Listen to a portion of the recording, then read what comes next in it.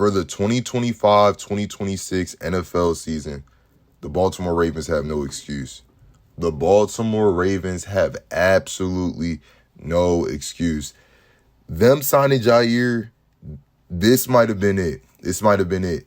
Yeah, honestly, on paper, if we're just strictly looking on paper before we get into like actual games and seeing how people play, this is the best defense in the league on paper.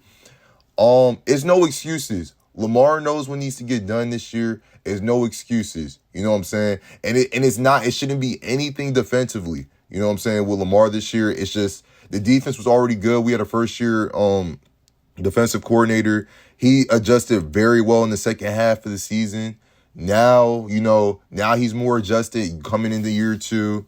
And now we have Jair. I just feel like there's no excuses for the Ravens this year. Absolutely not, especially defensively. Now, offensively, you got a possession receiver in D-Hop. I know people are only going to remember D-Hop for dropping that pass in the Super Bowl, but he could still be a good possession receiver.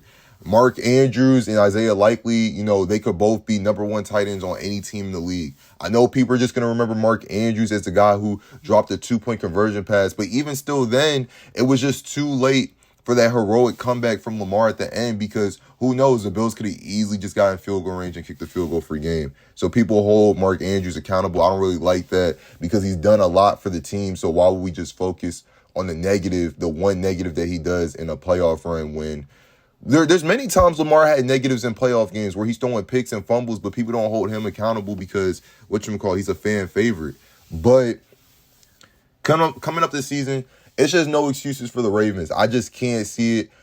Derrick Henry's getting even stronger. I thought he would look a lot older when he came to our team. He's looking like he never lost a step. I'm gonna be honest. He's looking like he never lost a step. Over the last couple of years, the Ravens have had me very deflated. I'm gonna keep it a buck. They have had me very deflated, and it's just unfortunate because as a fan, like, coming in every year with the mindset we're gonna win a championship, and it just sucks because they letting me down so much. I kind of lost hope after, like, they kind of gave me hope when we made the conference with the Chiefs, but then they played so bad in that game, and I was just like, And then we come into last season. Like, last season, I wasn't really taking it serious until I seen a bunch of fans talking about it was Mark Andrews' fault. But it's like, why did Lamar have to fumble? Why did Lamar have to throw that pick? People were saying the receiver ran the wrong route. He threw it to the safety. Like, even if he ran the right route, that ball was just an intercept. Like, you know what I'm saying? It's just a lot with this guy. And it's like, he plays so amazing in the regular season.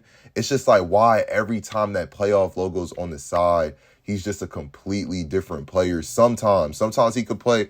I don't know. We just don't see. If you're a true, fan of Lamar, you would know him playing in the regular season. Let it be a week 14 regular season game and for like a must-needed win or whatever against the Bengals. He's throwing 5 touchdowns, 0 interceptions.